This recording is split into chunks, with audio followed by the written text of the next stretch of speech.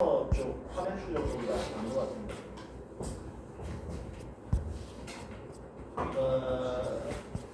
매스 컨저베이션 정도 얘기를 했었고요.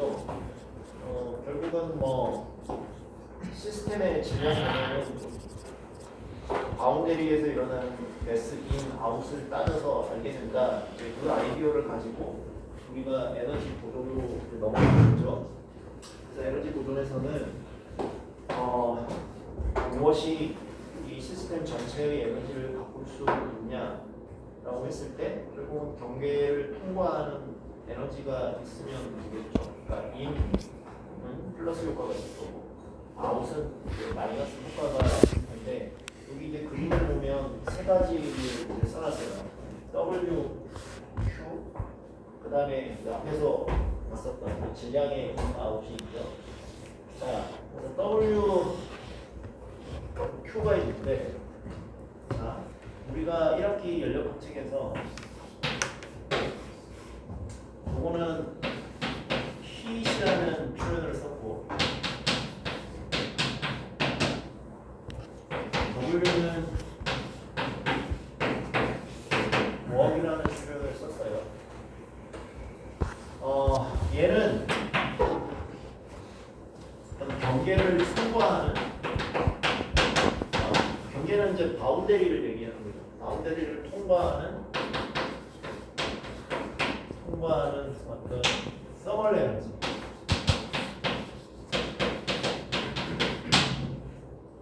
그러니까 이러한 이제 그 과정을 얘기하는 거죠. 그러니까 열 에너지가 경계를 통과하는 그 현상, 그 과정을 우리가 히트라고 부르죠. 요걸 이제 더 정확하게 얘기하면 hit은 우리 영어로 표현하면 서멀 에너지 트랜스퍼.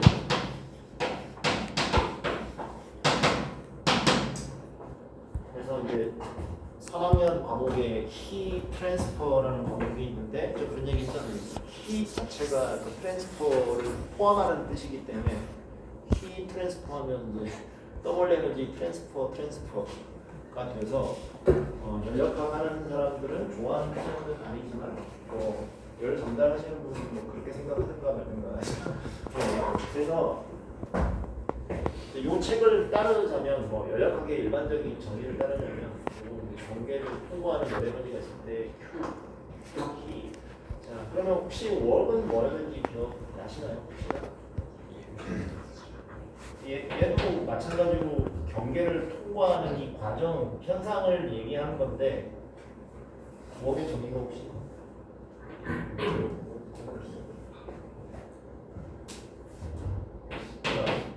얘는 정의가 있어요.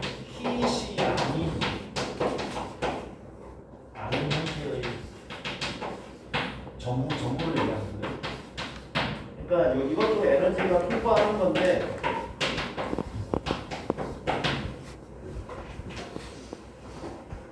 그 중에서 hit이 아닌 건 다 work이라고 했어요. 그러니까 열 전달이 아닌 건 전부 다 일 전달이에요. 자, 그래서 우리가 그림 중에 이거 있었잖아요.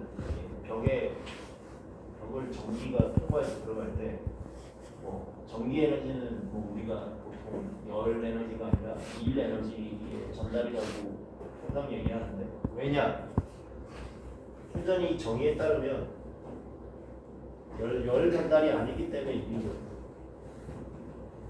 다른 이유가 있는 게 아니라 그 형태가 아닌 거에 에너지 전달은 다 일이라고 했어요. 그래서 그렇습니다.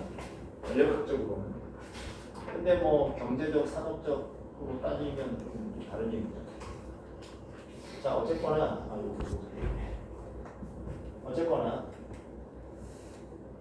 우리가 그런 의미에서 W하고 Q를 얘기했고요. 자, 그래서 일의 형태로 전달되거나 열 에너지가 전달되거나 혹은 질량이 인, 아웃이 이제 있다고 그랬는데 얘가 질량만 가는 게 아니라 질량이 갖고 있는 에너지가 또 있죠. 그거를 또 가지고 들어가고 나가는 이렇게 인, 아웃을 따져보자. 자, 그러면 시스템의 에너지는 우리가 또 어떻게 쓸 수 있냐? 시스템의 에너지는 시스템의 질량에다가 시스템의 단위 질량당 에너지를 곱하면 이제 에너지가 되겠다. 시스템의 에너지, 그죠? 이것도 이제 동의하시잖아요, 그죠? 자, 그래서 우리가 소문자 E는 항상 뭐 단위 질량당의 이제 의미를 가진다고 약속을 했죠. 그래서 단위 질량당 에너지 이렇게 곱하면 돼요.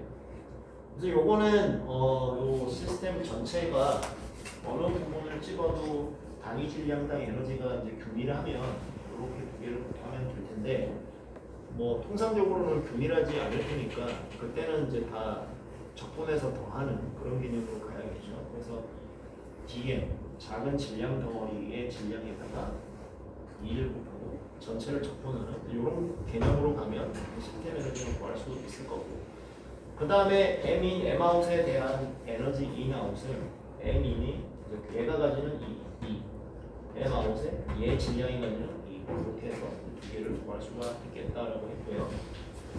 자, 뭐 마지막으로 E를 그러면 어떤 이제 물질 덩어리가 있을 때 그거가 가지는 에너지 단위 질량당 에너지를 E라고 했는데 E에는 어떤 것이 있냐라고 했을 때 저기에 보면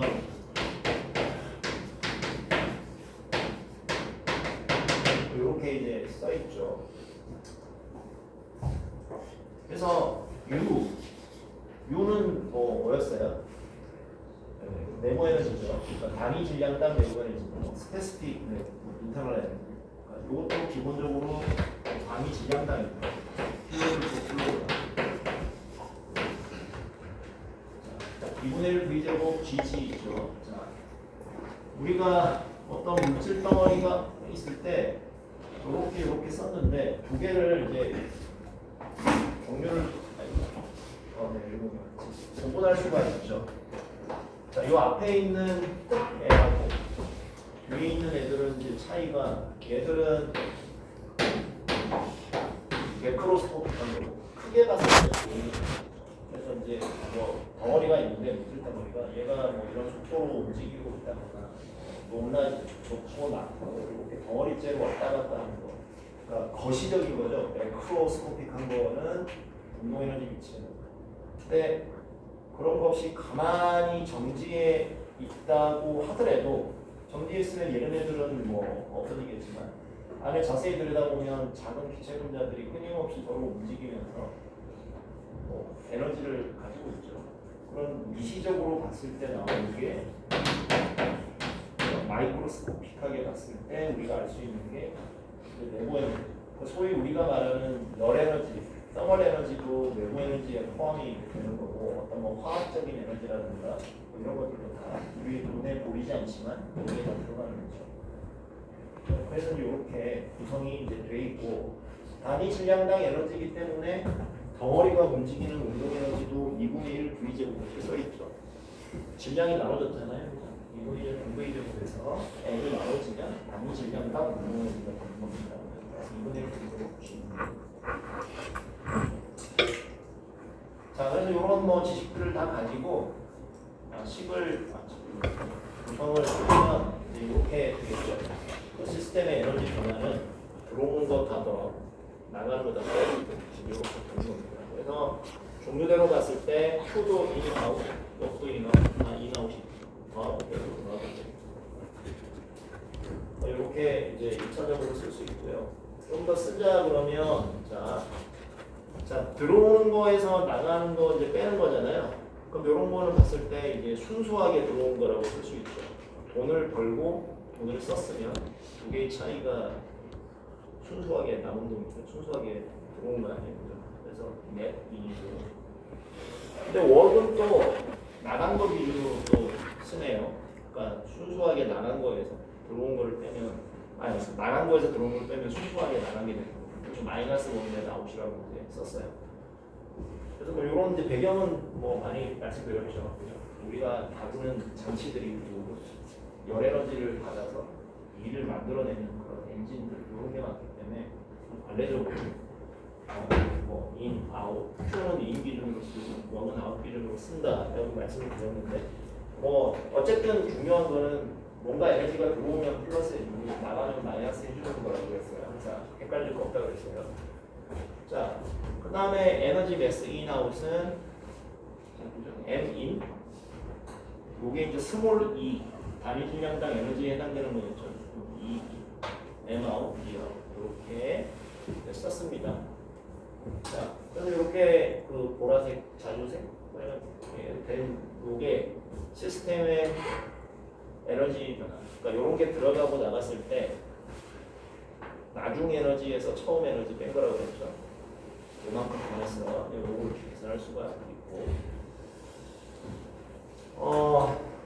그다음에 마찬가지로 이러한 변화가 시간 델타 t 동안 일어났다 그러면 시간당 변화, 시간 변화율을 계산할 수가 있죠.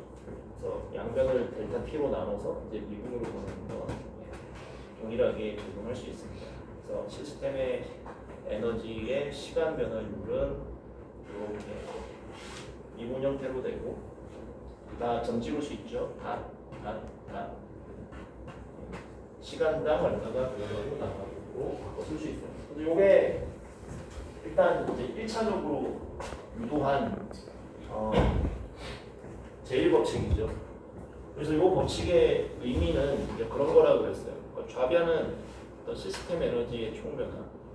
우리가 잡은 컨트롤 볼륨 혹은 시스템의 어떤 그 덩어리의 변화는 그 안쪽을 들여다보지 않아도 이제 전부 인 아웃으로 표시됐으니까 이제 바운데리에서 일어나는 일이라고 그랬죠. 바운데리를 전체를 다 잘 관찰하면 이 안에서 일어나는 일을 알 수 있다라는 게 이렇게 식이 쓰여진 큰 의미라고 그랬어요. 그래서 우변은 전부 다 바운데리에서 일어나는 거죠. 자, 그래서 이게 1차적으로 얻어진 식인데요. 근데 우리가 이 식보다는 앞으로 또 약간 고쳤을 이러한 형태의 식을 우리가 더 자주 쓰게 됩니다. 그러니까 뭐냐면 우리가 지정학에서 주로 해석을 하는 장치들이 대부분 뭐 이렇게 생기는데 오픈 시스템이죠.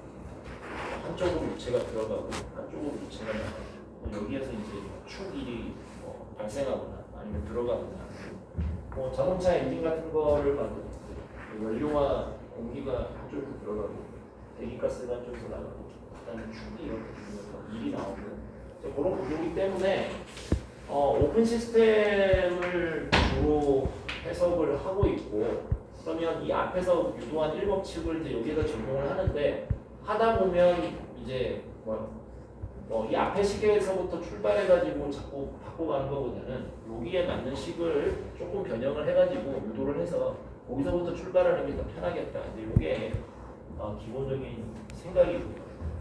자, 그러면 뭐를 좀 주의해서 봐야 되냐 했더니 일을 계산할 때 이제 어떻게 해야 되겠냐 이거죠.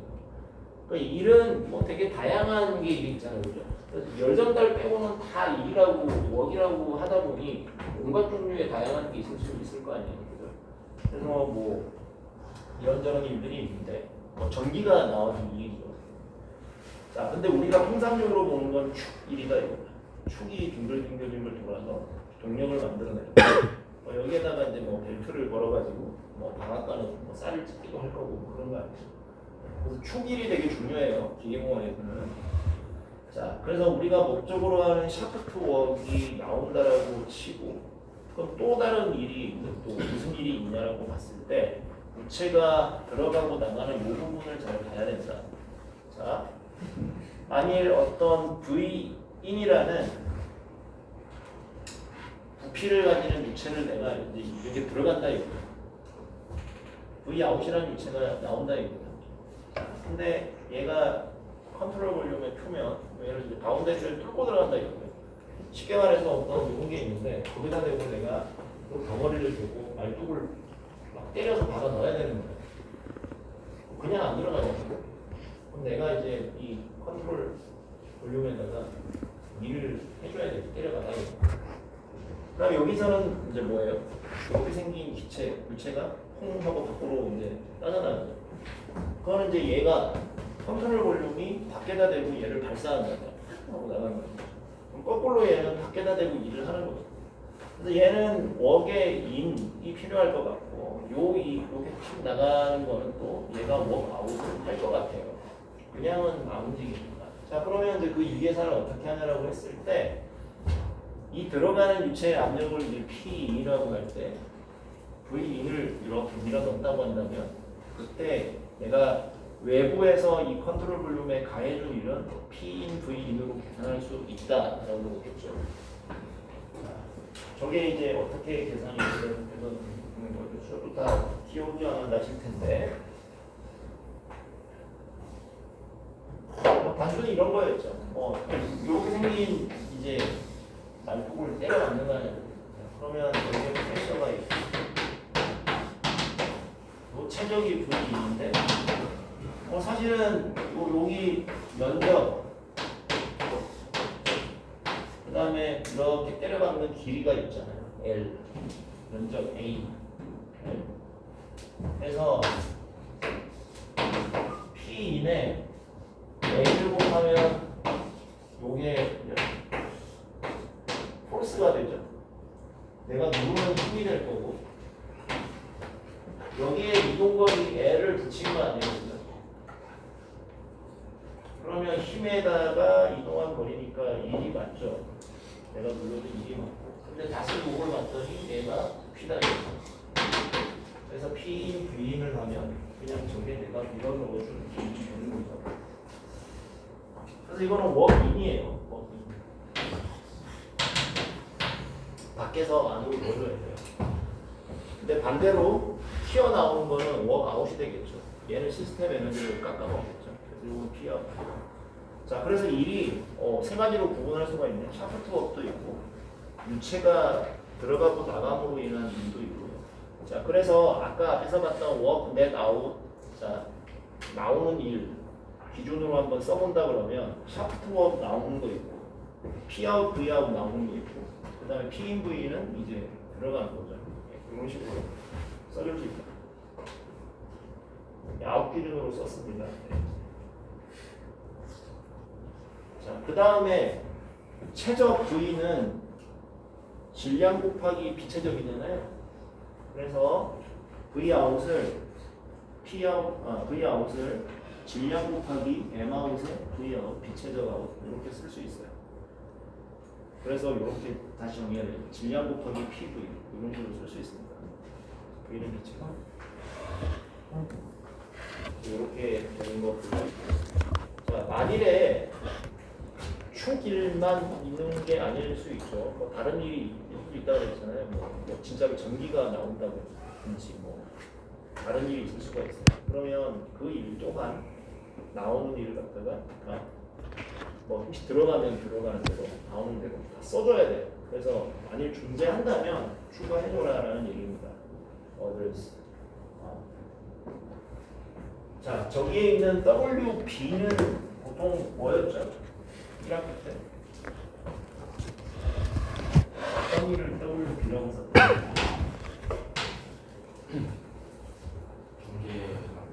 경계일이었죠. 있으면 더하다예요. 있으면. 그러니까 B는 이제 뭐의 B예요? 바운데리 B예요. 그래서 우리가 언제 배웠냐면 피스톤이 막 올라갔다 내려갔다 할 때 또 뭐예요? 피스톤이 이제 갖고 있는 기체의 경계였잖아요. 그러니까 경계 자체가 이동을 해서 뭘 밀고 가고 경계 자체가 이동하면서 미는 거 혹은 뭐 쪼그라드는 거 그러니까 바운데리가 움직이면서 만드는 일이 경계이죠. 바운데리로 이게 만일에 우리의 컨트롤 엔진 여기에서 만일 컨트롤을 바운데리 웍이 있으려면 어떻게 해야 돼요? 저 시스템 무기 자체가 자동차 엔진 자체가 붕 팽창하고 붕 촉촉하게 이러면 이제 바운데리 웍이 있지. 근데 우리 엔진이 막 이렇게 차 하다 보니까 막 엔진이 막 흐르다 이래요? 안 하죠? 바운데리 웍이 있어요? 없어요? 없어요. 그래서 이건 없는 경우예요. 근데 내가 그 얘기도 했잖아요. 우리가 이게 경계일인데 이상적인 경계일 이상적일 때 소위 말해서 D웍은 어떻게 쓰던가요? 그렇게 썼죠. 네. PDV. 그죠? 그게 이제 뭐야? 팽창하는 거예요. 팽창하면 DV가 플러스 값이 되죠. 그래서 이제 기체가 팽창하면 바운더리가 같이 팽창하는 거 아니에요? 그래서 생기는 일이야. 이상적일 때 하물며. 그래서 이제 여러분들 머릿속에 항상 저 PDV가 붙어 있다. 이름 PDV, 이름 PDV. 일반 물리치료에서 PDV. 근데 이 경계일이라는 건 더더군다나 이상적일 때만 해당되는 건데 경계일이라는 건 되게 우리 일상생활에서 그렇게 그냥 하나의 현상일 뿐이죠. 팽창을 해서 발생하는. 근데 이제 아는 게 PDV라고 모든 종류의 일에다가 다 자꾸 PDV를 갖다가 부으려고 그러는 습성이 있어. 나쁜 습성이다. 그러면 안 돼요. 그러면 안 돼요. 네. 단지 하나일 뿐이에요. 뭐 혹시 뭐 자동차 엔진이 팽창하는 걸 도저히 내가 견딜 수가 없어서 넣겠다 그러면 넣으세요. 넣으면 됩니다. 잘해요. 근데 엄청나게 미미하고 의미가 없는 값일 겁니다. 자, 그래서 요 웜넷 아웃이 이렇게 조금 더 세분화돼서 쓰여질 수 있다가 되죠. 그래서 이 웜넷 아웃을 이제 어떻게 하면 돼요? 이 앞에서 봤던 이 자리에다가 이 자리에다가 집어넣는 거죠. 집어넣어줘서 다시 정리하면 그 얘기예요. 그래서 그 다음 페이지에 넣은 게 있죠. 여기다 넣었죠. 여기 집어넣었죠. 이렇게 식을 이제 자세하게 조금 보니까 뭔가 묶어질 수 있는 게 있어요. 여기에 보니까 M아웃의 PV 아웃 있는데 여기도 보니까 M아웃의 U 이렇게 있거든. 그럼 U 플러스 PV라는 항이 생겨요. 자, 근데 U 플러스 PV를 뭐라고 정의한다고요? 엔탈피 H로 정의를 하죠. 그래서 PV를 더해줘가지고 U를 H로 바꿔주는 겁니다.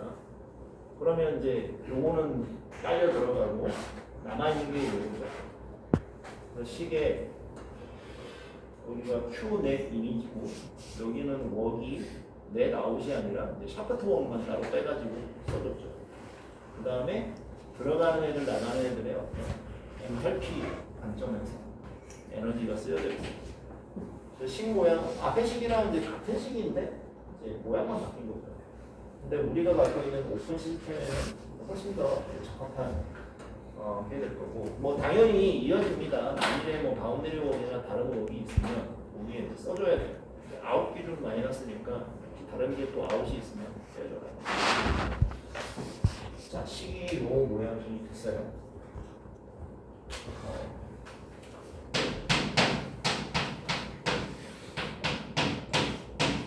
요거는 뭐 이제 아시죠? 정의. 그래서 양변을 매스로 나누면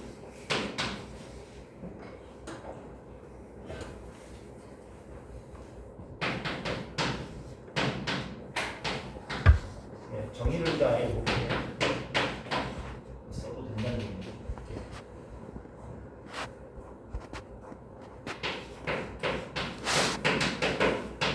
정확하게 쓰면 스페시픽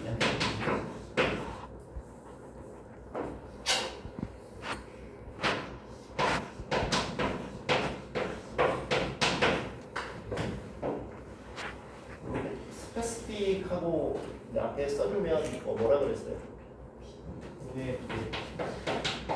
우리 개념적으로는 그러니까 B 한자로 쓰면 이제 B가 맞고 개념적으로는 이제 단위 질량당하고 이제 변경하는 다 해요. 스페시픽하고 붙어요.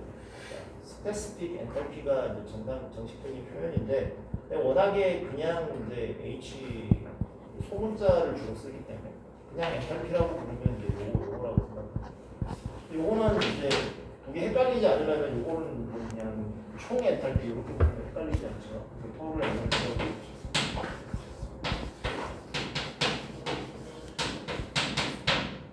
토를 엔탈피 이렇게 씁니다. 토를 인터널 에너지. 인터널 에너지. 스페시픽 인터널 에너지. 그러면서 좋지는 않았지만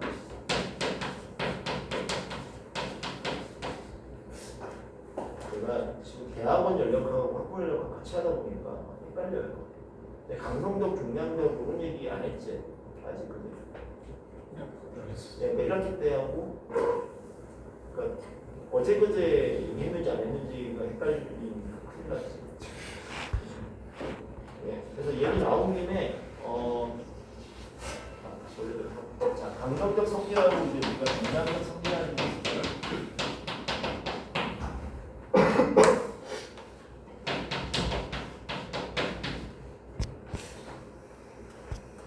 슬라이드에 뭐 문제를 다 쓸 필요는 없어서 했지만 종량적 성질은 말 그대로 양을 따라가는 거죠. 양이 2배가 되면 2배가 되는 쌀이 뭐 킬로그램 있을 때 가격 쉽게 얘기해서 100만 원이라고 칩시다. 100kg에 100만 원. 그거보다 싸요. 우리나라 아직 망하지 않았어요. 쌀이 100kg에 100만 원. 그럼 200kg 있으면 200만 원. 절반씩 나누면 또 뭐 50kg, 50만 원, 50만 원. 양이 많으면 많아지고 작으면 작아. 양 따라가요. 양을 쫓아가는 게 종량적 성질이죠. 그래서 이런 거에 대표적인 게 뭐 질량, 부피 뭐 이런 거 아니에요.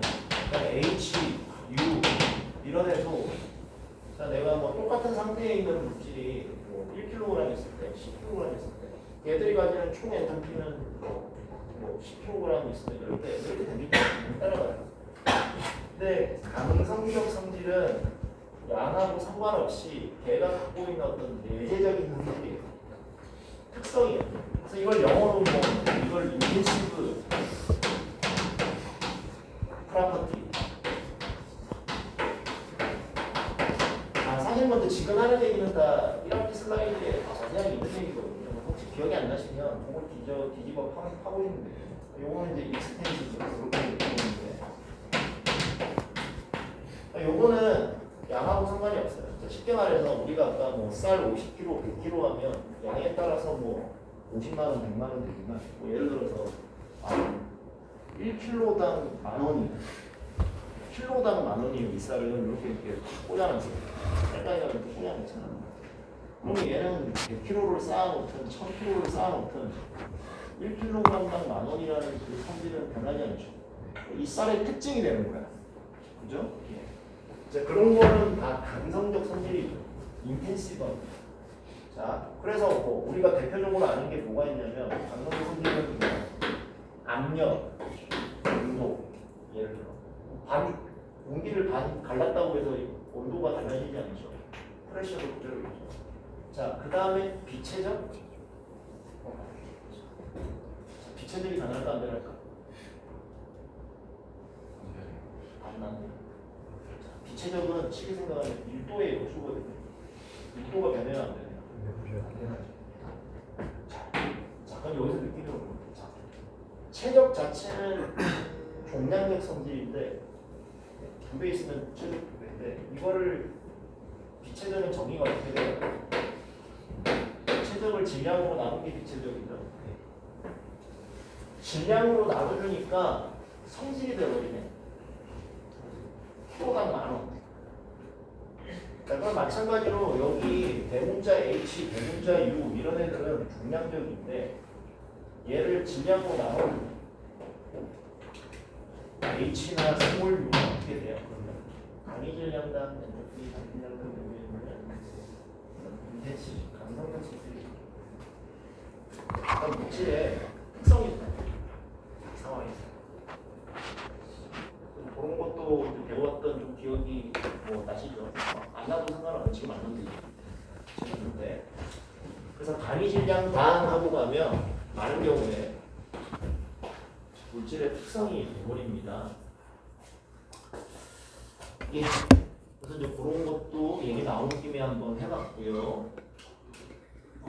자, 그래서 마지막으로 이제 그림을 동일한 상황에 대해서 이제 다시 그려놨는데 우리가 전력학 일을 하면서 해석을 하게 되는 대부분의 상황들은 이 상황이에요.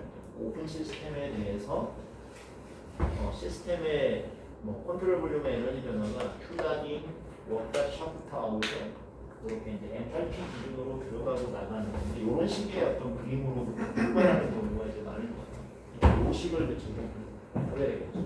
이 페이지는 저 식이 훨씬 더 쓰임새가 많을 거다라고 얘기입니다.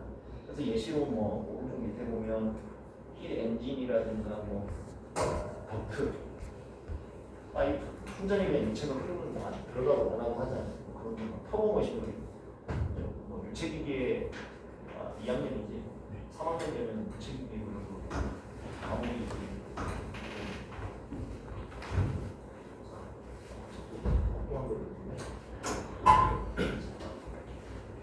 자, 그렇습니다. 그런 다음에 내가 출석 출석을 안 불러줘. 네. 출석. 화장실 가는 거예요? 네. 출석 부르고 가.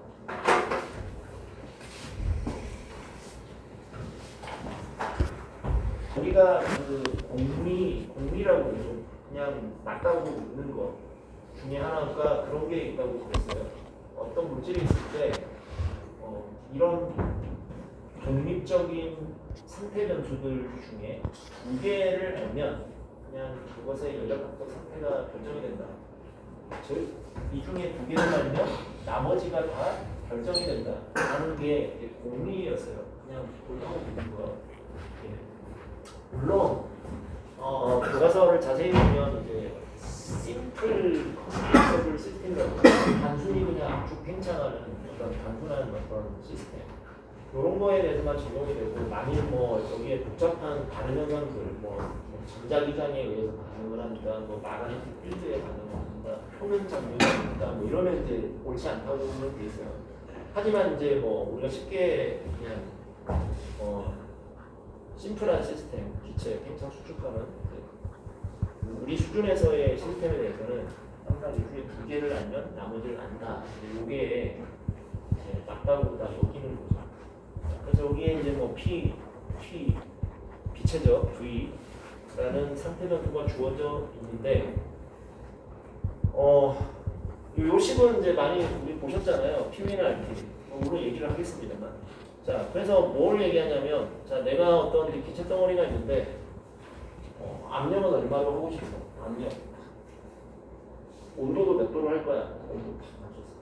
자, 그런 다음에 기체적도 내가 원하는 대로 할 거야. 된다는 얘기가 안 된다는 얘기야. 안 된다는 얘기야. 왜냐? 두 개를 내가 정해놔버렸으면 나머지는 그냥 따라서 정해지는 거지. 내가 만들어 볼 수가 없어. 자, 그래서 PV는 RT라는 이상기체 상태식을 자세히 보면 변수가 3개나 들어있잖아요. P, V, T. R은 뭐 상수고. 그러니까 이 중에 2개가 정해지면 나머지 하나는 자동으로 정해진다에 잘 부합하는 정해지는 거예요. 이것도 간접적으로 이제 그걸 알 수가 있고. 자, 어쨌거나 뭐 식을 다시 좀 보죠.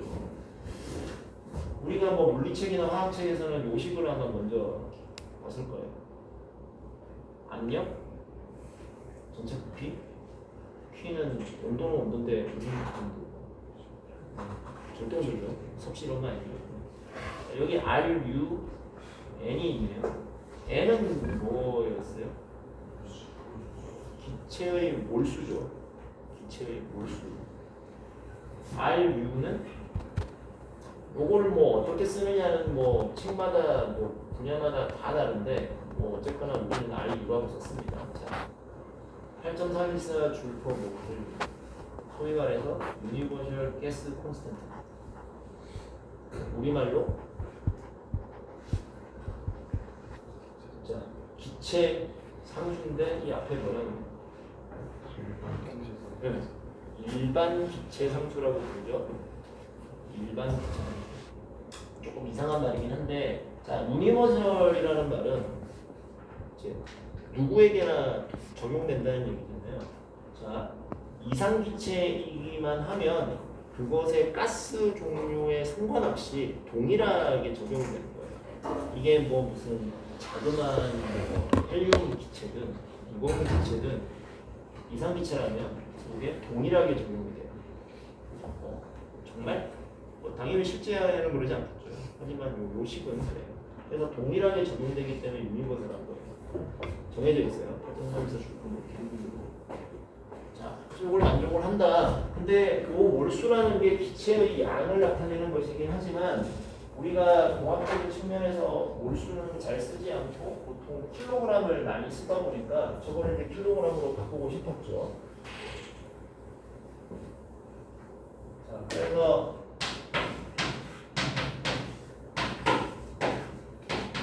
띄워서 쓰죠. 자, 그럼 얘를 킬로그램으로 바꾸고 싶은 거예요. 그럼 여기다가 이제 킬로그램 쓰고 곱해줬으니까 나눠줘야지 하면 원래하고 똑같잖아요, 그죠? 네. 자, 그럼 요거를 이제 자세히 보니까 n분의 n인데 요거 말고 이제 요걸 봅시다. m을 n으로 나누는 거. 과연 이게 무엇인가? 단위는 킬로그램 퍼, 뭐 킬로몰, 뭐 그램 퍼 뭐가 되겠어요?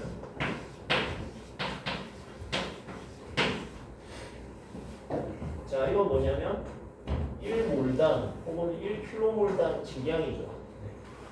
그게 뭐예요? 1몰이 가지는 질량, 그게 분자량이죠. 몰레큘라 웨이트, 몰큘라 웨이트, 분자량, 혹은 몰 질량, 뭐 여러 가지로 부를 수 있습니다만 분자량이에요. 몰큘라 웨이트, 있죠? MW, 어디 갔지? MW 몰큘라 웨이트. 자, 그래서 n분의 m이 분자량이므로 요거는 이제 n분의 n의 역수네요, 그죠? 자, 그래서 얘를 통째로 이렇게 해주고 나누기 mw 이렇게 쓸 수가 있겠다. 자, 분자량은 기체의 종류에 따라서 당연히 다 다른 값이 돼요. 네, 그죠? 그래서 mw의 분의 RU 요거를 갖다가 한 덩어리로 잡아서 얘를 내가 R이라고 새로 정의를 해버리고 MW가 기체마다 값이 다르므로 요 R 또한 기체마다 다른 값이 되겠죠. 예, 그래서 식을 PV는 이제는 MRT라고 쓰고 R은 어떤 기체냐에 따라서 값이 정해지는 유한 값이 되어버리는 거죠. 그래서 이제 뭐 예를 들어서 그냥 산소의 기체상수, 질소의 기체상수 이렇게 부를 수가 있는 거죠. 그냥 R 이렇게 쓰면. 자, 그래서 PV는 MRT 이렇게도 쓴다. 우리는 조어를 더 많이 쓰고 조금 더 나가면 M을 V를 M으로 나눠주는 거죠. 여기 넘겨가지고. 자, 그래서 V를 M으로 나누면 비체적이 돼서 궁극적으로 PV는 RT 해가지고 상태 변수로만 그 식을 나타낼 수도 있다. 어떤 기체냐에 따라서 R은 달라지죠. 이렇게 식을 저렇게 만들었어요. 그래서 PV는 RT라는 식으로 많이 쓰게 되고. 예를 들어서 뭐 에어 얘기가 나오는데, 자, 그래서 뭐 산소의 질소의 분자량이 얼마냐, 그거는 우리가 O2, N2 뭐 이렇게 원자량 가지고 계산할 수 있잖아요. 일몰이 몇 g이다 이런 거는 알 수 있죠. 산소가 분자량이 얼마나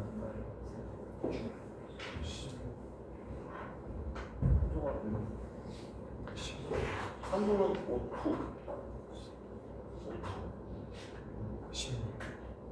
자, O 산소가 혹시 원자번호가 몇 번입니까? 원자번호 8번이죠. 8번인데 질량수는 얼마인지 알아요? 16이죠. 그런 질량수 16이 두 개가 있고 중간 32. 1몰이 중 32g 정도 되겠죠. 질소는 7번이야. 원자번호 7번이고 질량수는 14고 그럼 N프니까 28 정도 되겠죠. 네. 자, 그래서 저기에 공기의 분자량 이렇게 돼 있으면 공기는 혼합물이잖아요. 질소 79%, 뭐 산소 한 20%, 뭐 나머지는 R5, CO2 이런 애들이 있습니다. 그럼 어떻게 돼 있어요? 섞여 있는 비율대로 표준을 넣는 게 공기의 분자량이겠죠. 공기는 이제 명백하게 혼합물이에요. 우리가 그러니까 혼합물의 성질을 어떻게 구하느냐는 연력하기에 나중에 이제 따로 배웁니다. 기본적으로 대충 질소산소 섞여 있으니까 비율대로 구하면 되겠죠. 자, 공기는 혼합물이지만 워낙에 우리 연력학 공학적으로 중요한 기체잖아요. 일상 있고 그래서 많은 경우에 그냥 에라 모르겠다 그냥 순수한 그냥 단일 화합물의 기체다라고 가정하고 그냥 해버리는 경우가 많습니다. 그래서 그냥 많은 경우에 그냥 분자의 항목이 28.9 아까 질소산소 평균된 거라고 그랬죠. 그거 값을 마치 하나의 순수한 물질처럼 생각하고 그냥 막 써요. 그렇기도 하고. 자, 어쨌든 28.9g/몰인데 단위는 항상 조심해야 되죠. 만일 누가 단위를 뭐 kg/몰로 써주세요 그러면 자릿수 3개 이제 옮긴 거죠. 0.0289kg/몰. 28.9 kg/kmol 이렇게 됩니다. 자, 이 8.314 줄퍼몰 켈빈을 0.0289 kg/몰로 나눠주면 R이 나와요. 287 줄퍼 킬로그램 켈빈으로 나옵니다. 단위를 미국으로 그래서 킬로그램으로 바꾸겠습니다. 자, 공기의 기체상수가 저 정도고요.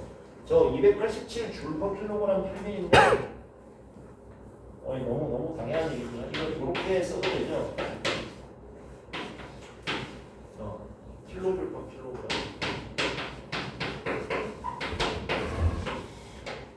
그렇게 써도 돼요, 안 돼요? 상관없죠? 네. 킬로줄 퍼 바꿨어요. 네. 이렇게 많이 이제 쓰는 편입니다. 어쨌든 뭐 단위를 자유롭게 왔다 갔다 하는 거는 할 수 있어야 되겠죠. 자, 그 다음에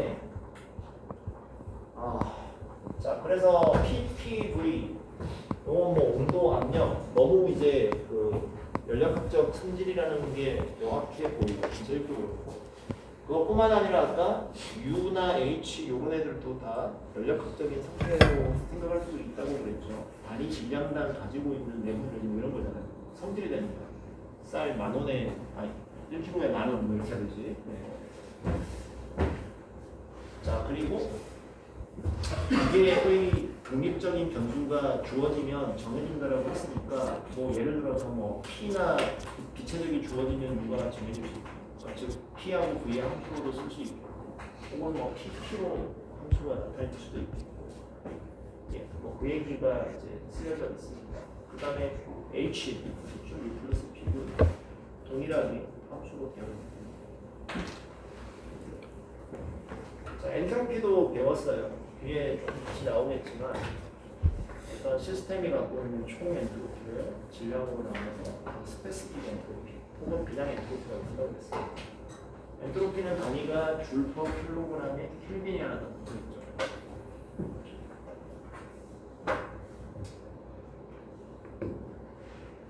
그 다음에 비열 스페시픽 히트예요. 스페시픽의 의미는 얘기했는데 단위를 보니까 이제 줄퍼 킬로그램 켈빈 이건 줄퍼 킬로그램 도시죠. 우리가 흔히 비열이 뭐냐라고 물어보면 뭐 1kg의 물질을 1켈빈 올리는 데 필요한 열에너지 열 전달을 얼마나 시켜줘야 되냐 뭐 이런 거잖아요. 예, 그러다 보니까 단위가 줄퍼 킬로그램 켈빈이죠. 그래서 스페시픽 히트라고 부르고 그런 개념으로 우리는 알고 있지만 그냥 연력학적인 변수를 놓고 수식적인 정의는 훨씬 더 이제 엄밀한 수식적인 정의는 그냥 요거입니다. 예. 그래서 비열은 이제 보통 두 가지를 얘기를 하는데 정적 비열, 비체적, 그리고 체적이 변하지 않는 상태에서 가열을 해서 온도를 높이는 경우에 비열하고 압력이 일정한 경우에 온도를 높이는 비열인데 수학적으로 정적 비열 CV, V가 일정한 CV는 라운드 U, 라운드 T. 그러니까 내부 에너지의 온도에 따른 변화율, 저거를 정적 비열이라고 부르고, 라운드 H, 라운드 T. 압력이 일정한 경우에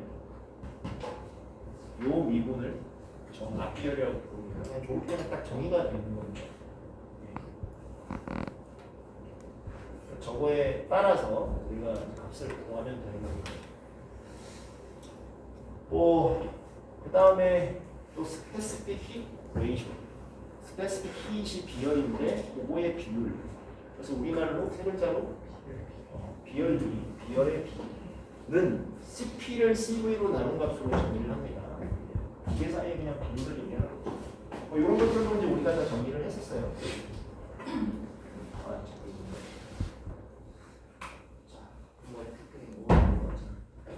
자, 그런 다음에 아이디얼 가스일 때, 그러니까 이 앞에 정의는 그냥 일반적인 정의고요. 특별히 이상기체라면 이런 성질이 돼야 되는데 중요한 것만 얘기를 하면, 자 먼저 이상기체의 내부 에너지는 온도만의 함수이다. 이상기체의 내부 에너지는 온도만의 함수이다라는 거 머리에 박으세요. 저거에 대한 유도는 통계를 각도로 할 수 있습니다. 아까 이제 기체 분자가 돌아다니는 거, 마이크로스코픽한 에너지를 다 모은 게 내노에너지라고 했잖아요. 온도가 높아지면 이게 기체에 돌아다니는 운동 에너지가 높아지고 낮아지면 낮아지고. 근데 그게 딱 온도에만 의존을 해요. 그래서 그거는 뭐 충분히 증명할 수 있으나 요 책의 본질은 아니고, 어쨌든 요거는 이제 기억을 딱 하고 들어간다면 다음 출발이가 쉬운데, 자 그래서 U는 UT로 쓸 수 있죠, 함수로. 저 말인즉슨 내가 내부 에너지를 올리거나 낮추고 싶으면 기체의 뭐를 바꿔야 된다는 얘기예요? 온도를 바꿔야만 내부 에너지가 왔다 갔다 할 수 있다는 얘기예요. 압력을 주거나 높여봐.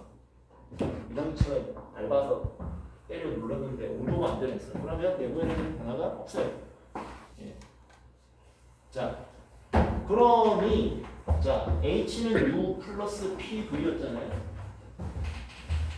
H는 U 플러스 PV니까 이상기체라면 PV는 아까 뭐라고요? RP. PV는 RP. 자, U가 온도만의 함수고 RP도 T가 변수로 들어있잖아요. 그럼 이 통째로 온도만의 함수가 되죠. 자, 그래서 H도 온도만의 함수. 좋아요. 자, 변수가 T 하나밖에 없어. 그래서 CP나 CV가 앞에 정의하기로는 초미분을 하라 그랬는데 V를 고정하고 P를 고정하고 있는데 변수가 T 하나밖에 없으니까 이제 상미분이죠. 평미분이 필요가 없어요. 그래서 저거를 상미분으로 그냥 바꿔 써도 되겠다. 그래서 CV는 DUDT, CP는 DHDT 이렇게 쓸 수가 있네요. 자, U가 온도만의 함수인데 온도만의 함수를 또 온도로 미분했네? 그러면 CV도 온도만의 함수. 그죠? 예, 알 수 있어요. 자, 똑같이 DH, DT 미분했잖아요. 예, 그러면 CP도 온도만의 함수인 걸 우리가 알 수가 있고, 자, 그 다음에 H가 U 플러스 RT하고 같은데 얘를 이제 온도로 미분을 해보면 DU, DT하고 R이 남죠. 그래서 CV 더하기 R이 돼요. 자, 그래서 이상기체인 경우는 CP는 CV 더하기 R이다. 그러니까 CV 값에다가 R만 더하면 CP가 돼요. 그래서 줄줄이 이제 다 여기서부터 이제 다 나오는 겁니다. 자, 그 다음에 자, 그래서 이 식으로부터 DU는 CVDT, DH는 CPDT도 알 수 있고, 이게 이제 T도 U도 다 상태를 나타내는 변수고, 이런 경우에는 이제 소학적으로 그냥 우리가 미분 가능한 변수처럼 쓸 수 있다고 그랬잖아요. 네, 그래서 이거를 적분을 상태 1에서 상태 2까지 많이 한다 그러네요. 그래서 T1에서 T2까지 적분을 한다 그러면 이거는 이제 U1에서 U2까지 가는 변화를 얘기하는 거죠. 즉 유타 U2-U1은 CV를 온도에 따라 1에서 2까지 적분하는 거. H도 마찬가지. H2-H1. P를 1에서 2까지 온도에 따라 적분하는 거. 이렇게 이제 구할 수가 있습니다.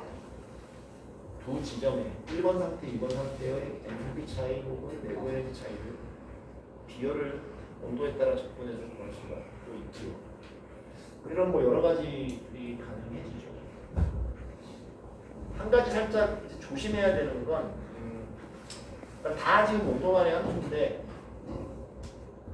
보통 문제에서 문제 풀기 쉬우라고 뭐 그냥 비열은 콘스턴트 이렇게 많이 주잖아요. 여러분들을 위해서. 그러다 보니까 이제 착각을 보통 하는 게 이상기치면 비열이 일정해야 되나? 그건 이제 절대 아니라는 거죠. 그냥 온도에만 의존을 합니다. 이상기치면 거기까지만 얘기하는 거예요. 그래서 우리가 책 뒤에 테이블 이렇게 표를 찾아보면 온도에 따라서 뭐 내부 에너지 엔트로피뿐만 아니라 비열도 다 온도에 따라서 변해요. 그래서 어쨌든 이런 거. 자, 간단한 예시인데 에어가 이상기체라고 할 때 CV 값이 뭐 7, 8 그럼 CP는 그냥 거기다가 R만 더하면 되잖아. 앞에서 보였던 거. 그러면 이제 K도 1.4 정도 계산하면 되는 거죠. 간단한 예시인 것 같습니다. 그 다음에 또 이거야. 자, 시간이 뭐 7분 남았는데 모든 것을 다 복습할 수가 없으면 아까보다 이렇게 자세하게 얘기는 못하는데 그래도 기억을 한번 해봅시다. 자, 이거 보신 기억은 나죠? 네. 자, 그래서 우리가 뭐 온도, 기체적 이런 게 있어요. 자, 연력학 변수 두 개가 있으면 모든 것이 결정된다고 했으니 하나의 변수, 다른 하나의 변수로 나타내어져 있는 2차원 그래프 평면이면 모든 연력학 상수가 다 나타내지겠네요. 그래서 내가 점을 하나 딱 찍으면 V 얼마, T 얼마니까 정해지는 다 나타낼 수가 있어요. 자, 그런데 만일 물질의 상, 페이스가 변하는 것들이 있잖아요. 대표적으로 이제 워터죠. 얘는 뭐 고체에서 액체가 되고 액체가 돼서 다시 기체가 되고 변화가 일어나요. 자, 예를 들어서 액체와 기체 사이의 어떤 변화 관계를 여기에 나타내고 싶은 거야. 물 같은 경우에 상변화가 있는 거. 자, 예를 들어 대단히 높은 온도, 일기압으로 그냥 가정을 합시다. 대단히 높은 가정하면 안 되지. 어떻게 찍을 수 있습니다. 예를 들어서 이렇게 얘기할게요. 1기압인데 물이 뭐 400도씨 1기압 400도씨 하면 여러분들 생각에 지금 물은 액체, 고체, 기체 중에 무슨 상태일 것 같아요? 기체겠지. 그 정도는 이제 우리가 알잖아.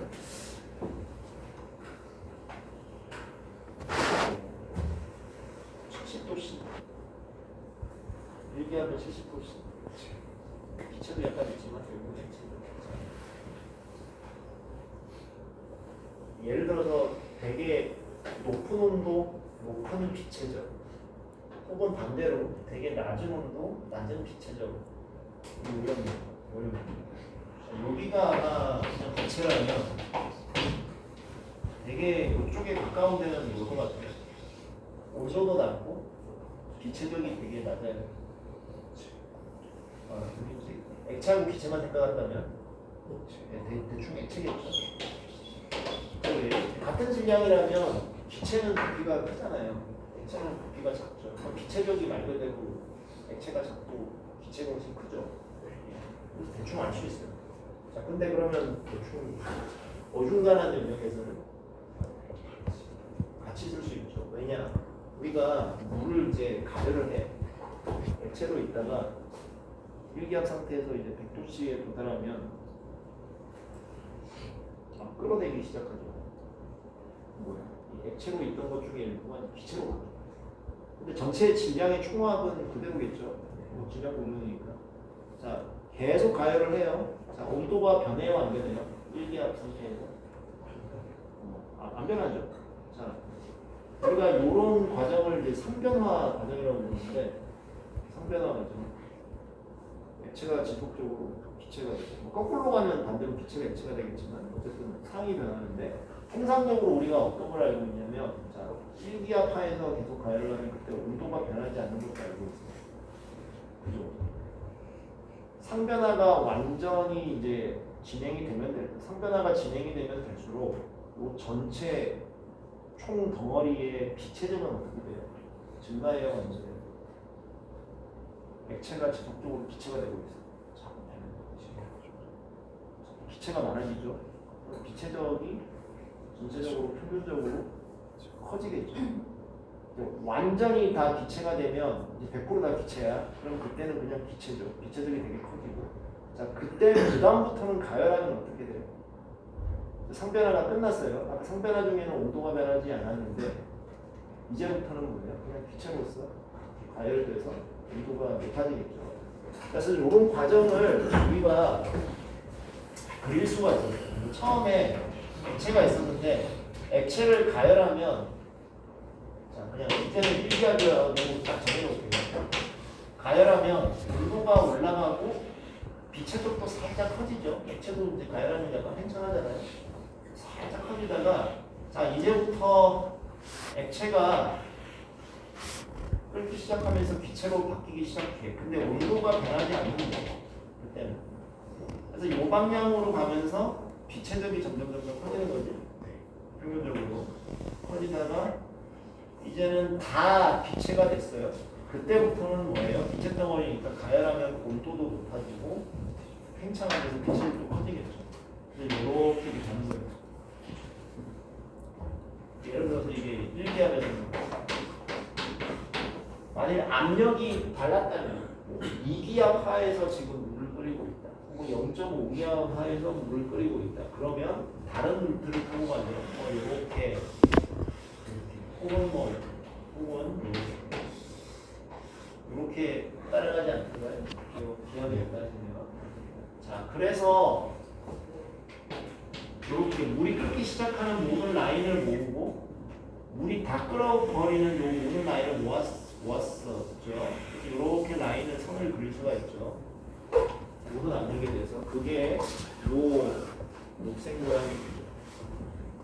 그래서 여기는 다 액체, 여기는 다 기체인데 요 안쪽은 어떤 상태냐면 액체하고 기체가 섞여 있는 상태죠. 섞여 있는 상태예요. 자, 혹시 요 이름 기억하세요? 액체가 가열되다가 이제 증발하기 시작하려면 딱 오 상태의 물질의 이름 뭐라 그러지? Saturated 뭐? 리퀴드 우리말로 포화액 물질 기억이 슬슬 나시죠? 네. 자 기체로 가다가 이제 다 기체가 되는 그 순간 더 이상 뭐 액체가 없어 나무가 없어 다 기체가 되는 그 순간 이때의 상태를 포화 증기 상태 그죠? Saturated vapor죠. 자 그러면 요 사이에 있는 상태는 요 포화액과 포화 증기가 뭔가 비율대로 섞여 있는 상태. 그래서 요거를 다 합쳐서 무슨 상태? 포화 상태. 그냥 포화 상태라고 하면 포화에서 포화 증기까지 요 돔, 요거에 갇혀있는 영역을 다 포화 상태에 있다라고 얘기하는 거고요. 자, 더 물어볼까? 자, 여기 기체를 뭐라고 불렀지? 과열증기.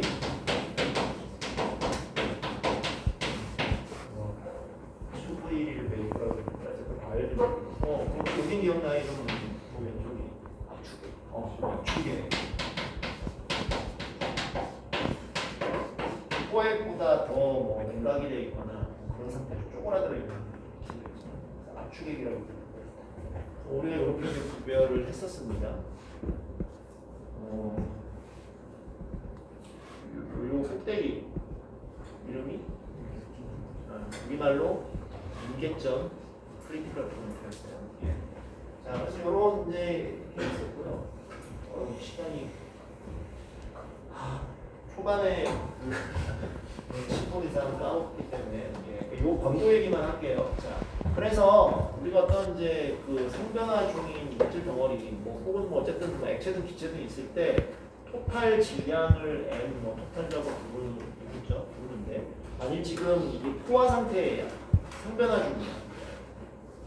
그러면 그 질량은 리퀴드 질량하고 베이퍼 질량을 합친 게 총 질량인데 우리가 이제 약자 첨자로 이걸 MF, MG라고 써요. 이게 가스, 기체라고 이제 가스. 그 F는 이제 액체를 나타낼 때 다 F라고 쓰는데 잘못되어 있는 거라고 했죠. 플루이드의 F를 바꿨는데 잘못되는데. 자, 그래서 두 개를 합친 게 총 질량인데 강도의 정의는 총 질량분의 가스의 질량, 포화 증기의 질량으로 우리가 정의를 한다. 자, 그래서 포화 증기는 하나도 없거나 아니면 그냥 M 토탈 전체가 MG 가스가 되거나 그 사이를 왔다 갔다 하기 때문에 0에서 1 사이 온도가 0이면 액체밖에 없고 포화액밖에 없고 1이면 포화 증기 상태인 거다라고 우리가 정의를 했어요. 그래서 요 라인에서는 x가 0이고 요 라인에서 x가 1인데 그러면 요 사이에서는 당연히 이 사이에 어딘가 값이 되고 자 이름은 드라이니스 건도라고 부르는 이유는 우리가 무언가에 젖었다라고 얘기할 때는 액체에 젖는 거지 기체에 젖는 게 아니죠. 물에 액체에 젖는 거예요. 그래서 액체가 하나도 없으면 완전히 말라있는 거죠. 그래서 액체만 있으면 혹은 액체가 없고 기체만 있으면 완전히 말라서 분분이 1이고 아니면 0이 되는 혹은 이제 퀄러티라고도 부른다 그랬죠. 드라이니스가 아니고 퀄러티. 우리가 유체기계를 다룰 때 기체가 뭐 이렇게 팬을 돌리고 터빈을 돌리고 그래야 되는데 많은 경우에 액체가 섞여 있으면 그 액체가 이렇게 팬에 부딪혀가지고 파동을 유발하고 그런다는 얘기를 한번 했었을 거예요. 그래서 액체가 별로 없는 게 유체기계는 좋아서 퀄러티라고 얘기한다고. 오늘은 뭐 어쩔 수 없이 여기까지 해야 될 것 같은데.